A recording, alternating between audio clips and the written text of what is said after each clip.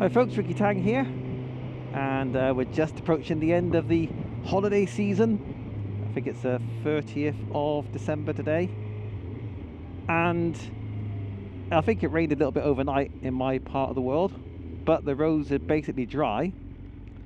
The bike says 7 degrees Celsius, so better get out and go for a little ride, innit?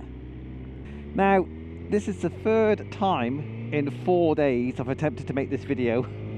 I've had a combination of camera and computer problems in recent days, and so here I am again to explain why on earth my 18,000 mile service on this BMW S1000 XR cost me £1,800.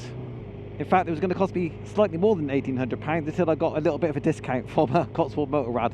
I think they took a little bit of pity on me. Why was it so expensive? Well, basically, that'll be down to yours truly.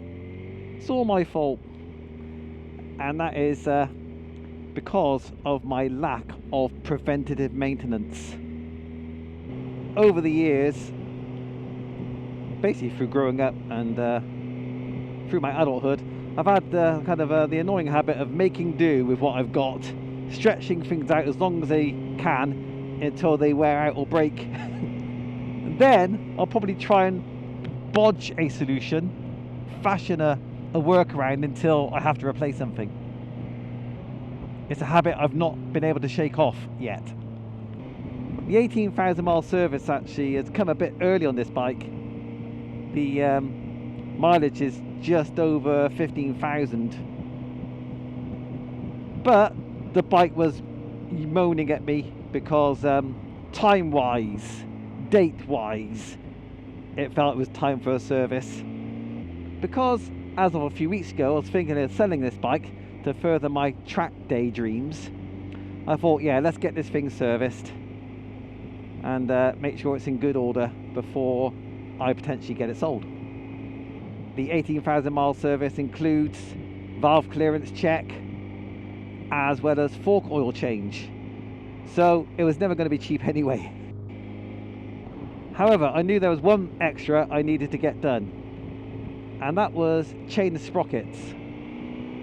Back in 2024, I think this is the reason for my situation. I went on a big Euro trip, just under 3,000 miles in just under 2 weeks.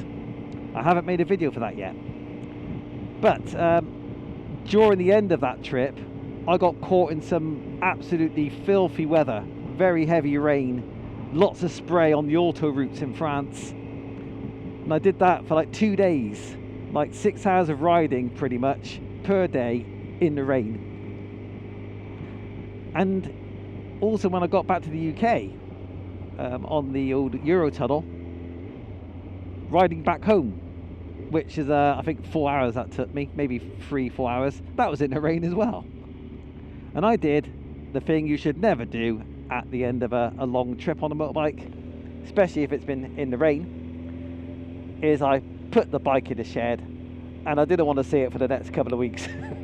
So yeah, the chain developed stiff links which I wasn't able to recover, and this is BMW's M Endurance chain, the one that they initially said needed no maintenance. Well, we all knew that was rubbish, but it does need some maintenance, and I had been oiling the chain fairly regularly, cleaning and oiling it. But after that Euro trip where I just didn't touch the bike for a couple of weeks, I think that did for the chain. So I knew the chain had to be replaced, and I didn't have the confidence to do it myself. I've already changed the chain on my Versys 300 with a chain breaking and riveting tool, and that took so much effort to get the rivet fitted or get the split link fitted properly. I almost pulled several muscles in my arms and shoulders trying to get the link fitted properly. It was painful, and I didn't fancy my chances of doing it properly on a 165 horsepower motorbike. Therefore, I thought I'd leave it to the experts, knowing that will cost me a pretty penny. What I didn't expect was to look at the invoice and find that the chain would cost me £257. Then along with sprockets and washers and bolts are the bits that you need, and labour, the cost just for the chain replacement came in at £548, I think. Otherwise, the bike, when it came through the service, was almost fine, apart from one other little issue. Rear brake pads were low, they got replaced, but I was also advised that the front brake calipers have been excessively binding, and they felt, the techs felt that I've overheated the brake pads and discs. They recommended new brake pads and new discs. Now what you folks don't know is I think around about the, I don't know, 8,000-9,000 mile mark on this bike, front discs have already been replaced. Why? Well, I'll refer you back to my earlier statement about me not being good at looking after my bikes.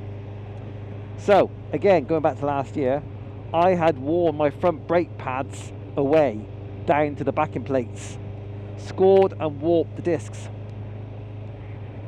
So, yeah, I had to get them replaced, and I got them replaced at the shop, the BMW shop. That cost about £1,000 or £1,100, and I was facing that cost again. They did tell me that the discs were still in the service limit, and certainly they don't feel warped this time, so I declined that bit of service. They did clean the calipers and replace the pads, but I'm keeping the discs. I'm not quite sure the side effects or the issues surrounding overheated discs. I mean, they feel like they perform fine as far as I can tell, so that's why they're staying on, at least for now. So yeah, that's basically it, grand total. Plus bike hire, they discounted that for me. So I dropped the bike off and picked up an F800 GS to, well, basically ride home on, and then ride back to the shop a few days later. So £1,770 odd for the service. Ouch. But I'm happy in the knowledge that it's been done by professionals, and at that point I thought, yeah, I think this bike's in a good position now to be sold if I further my track day desires and dreams for next year. So let's go on to that story. I was thinking of buying myself a trailer, previously a van, a small van, but more recently I was thinking of buying myself a trailer, getting a towing hitch fitted to the back of the car, buying myself a track day friendly sports bike, and yeah, doing a good few track days next year. So we're talking like maybe 5, 6, 7k for a van or a decent covered trailer. And I wanted a decent covered trailer with suspension. Didn't want to go cheap. And then maybe 4, 5 grand, maybe 6 for a track friendly sports bike. Then obviously during the track day season, I'll have to keep the bike maintained, keep feeding it tyres and fuel. And then there was the hassle of, or the potential hassle of working out how to park and secure the trailer. I was thinking the safest place is actually off-site, away from home, but then you've got costs incurred doing that. So anyway, I had a second thought. Well, what if I forget the whole idea about vans and buying a motorbike and just hire a bike for track days? Bike hire for a track day could be, depending on the sort of bike you buy, or the bike you hire, sorry, could be anywhere between maybe £500 and £700 per track day on top of the track day costs, which sounds a lot. It is a lot. But let me put it like this. If I were to get myself ready for the first track day in maybe April next year, I would have already had to have the van and the motorbike ready to go. So by April, I already would have spent 10, 11, 12,000 pounds. With bike hire, basically you pay as you go. So for the first track day coming up, I'd only have to spend track day money and bike hire money. Let's go at the top end, £700, and then just get myself there. I don't have to tow anything. I don't have to worry about transporting anything apart from myself. Now let's bring the bike hire price down a tad to make my maths easier. Let's say bike hire was £500 per track day, and I did 6 track days in a year. Well, that's just £3,000. Just, I know, first world problems, but that's £3,000 for the year for bike hire. And over 2 years, you know, that's 6 grand. It seemed to me a more sensible way of spending my money. And with a hire bike, it's already properly prepared for the track day. You don't have to pay for tyres out of your own pocket. You don't have to pay for petrol. The bike's ready to rock. And at the end of the day, I go home in my car. I don't have to transport anything home, unhitch anything, park things away, secure equipment. It seemed to me like a good idea. Now, MSV track days, who I've been with a few times, they've had a bike hire option. The bikes were basically managed and loaned and maintained by a company called Moto Events Limited, or maybe latterly Yamaha Track Experience. So to me, it made perfect sense to stick with MSV track days and hire a bike through them. A Yamaha R9 would do very nicely, thank you very much. And a couple of weeks ago I looked at the website, didn't see anything untoward. I mean, they didn't really have many dates sorted out yet for next year's track days, but everything looked promising. So I bought £1,000 worth of track day vouchers from MSV because there was an offer on. Spend £500 on a voucher, they give you an extra £100 free. So that's me sorted for the first couple of track days, 2 or 3 track days. I had 1,200 quid in vouchers ready to go for the first couple of spins next year on hire bikes. Well, the other day, 2 or 3 days ago, I checked the website again for track hire information, and there was a message at the top of the track hire page. This product will not be available from 2026 onwards. And another note saying this page is not up to date or something on the website. This is on the MSV website. So the MSV website were not doing the track bike hire through Moto Events, it seemed. And my heart dropped. I was like, oh right, okay, well, let me go directly to the company's site, Moto Events. I did that, and the website's gone. I tried Yamaha Track Experience. That page is gone. It's the same kind of a Wix website saying this web page does not exist, essentially. So it seems Moto Events or Yamaha Track Experience have gone belly up, or they're not doing the bike hire thing anymore. So I've emailed MSV to kind of get them to confirm this story and find out whether they are hiring bikes during their track days next year. No response yet, but I'm not surprised. It is the Christmas holidays, Christmas New Year holidays. So go wait on that. I don't want to be pessimistic, but it's not looking good. That company's gone. MSV seemingly don't do hire bikes anymore. I'm worried there won't be any services hiring bikes at an MSV track day next year. Essentially, I spent £1,000 for nothing. But I've got to wait to see what MSV say. It might only be some sort of temporary issue. That might be another company in the offing looking to jump into Motor Events place or the Yamaha Track Experience place. So we'll wait and see. But I'm a little concerned. Now obviously the other option is no limits track days. It seems to me that for no limits track days, you might shoot me down for this. Sorry about that. This is just my opinion. I might not be liked very much if I ever go to a no limits track day again. But in my experience, because no limits do race events, you know, they've got a racing season, and I think an endurance racing season as well.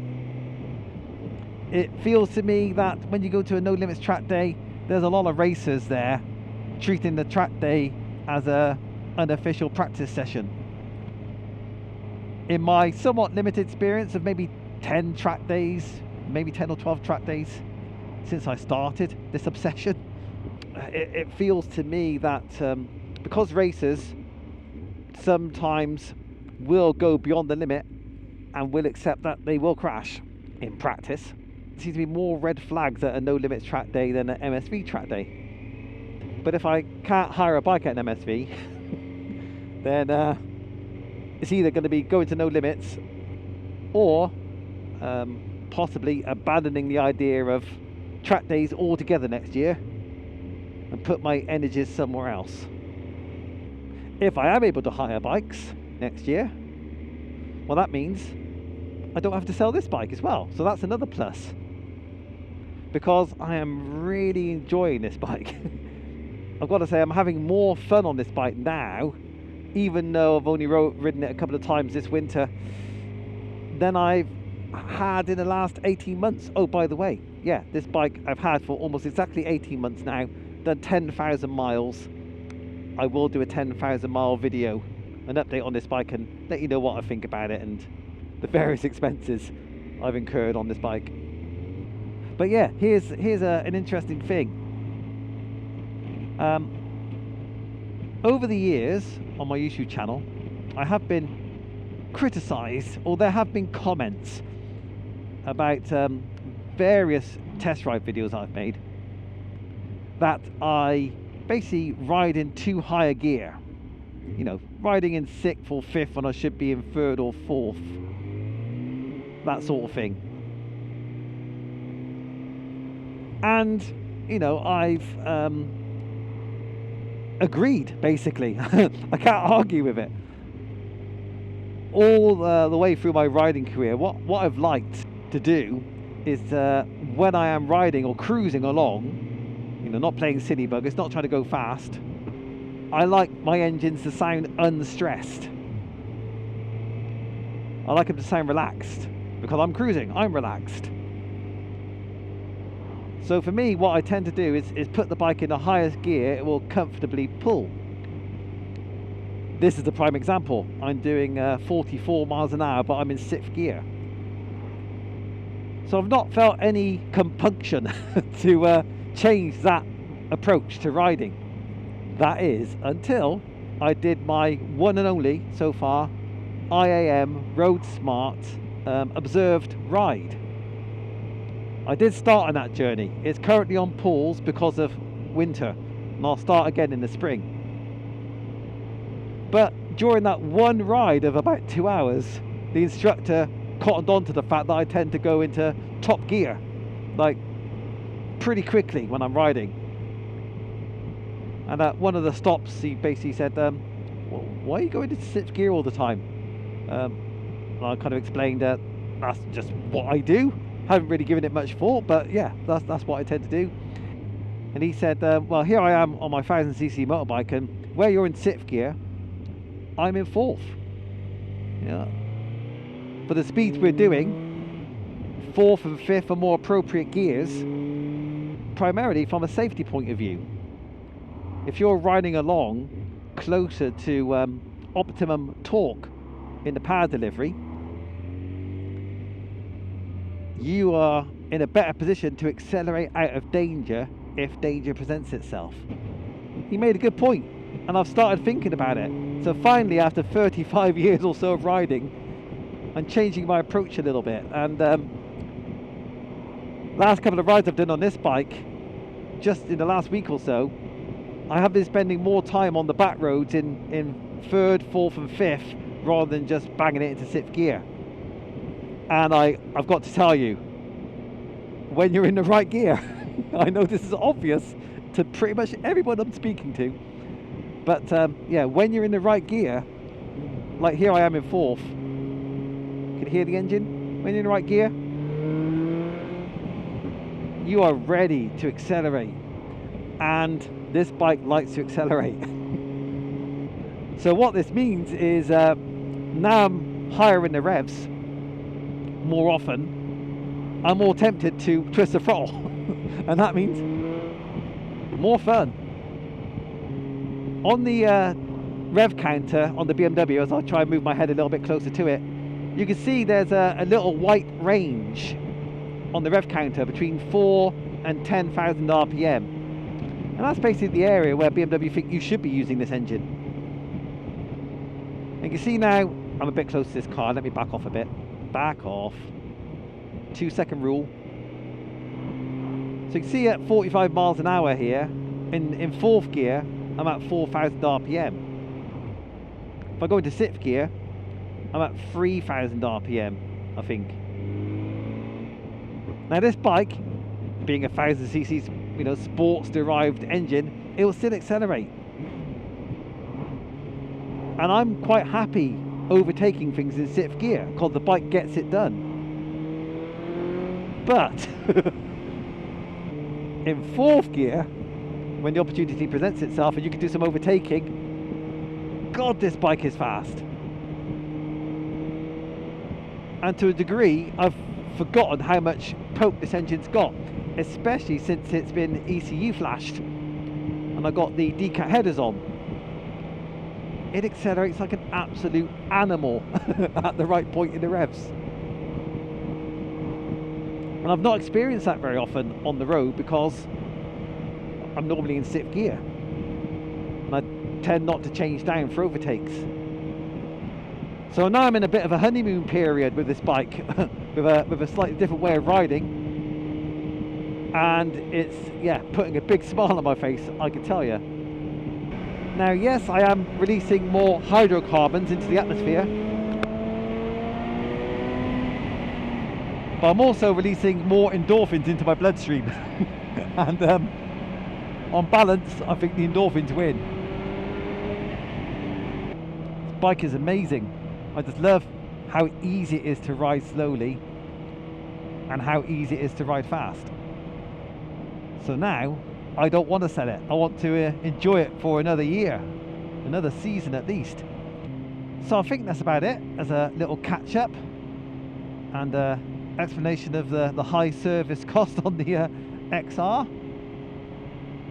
Hope you continue to enjoy what's left of the holidays if you are celebrating. Happy New Year to you if you are, and I'll see you in the new year. I think the next video I'm planning to make is 10,000 mile update on this bike. I bought it with 5,000 miles on the clock, just ticked over 15,000. So I'll let you know how that's gone in the last 18 months. So until the next video, folks, take care of yourselves, and I'll see you again soon. Right, ta-da!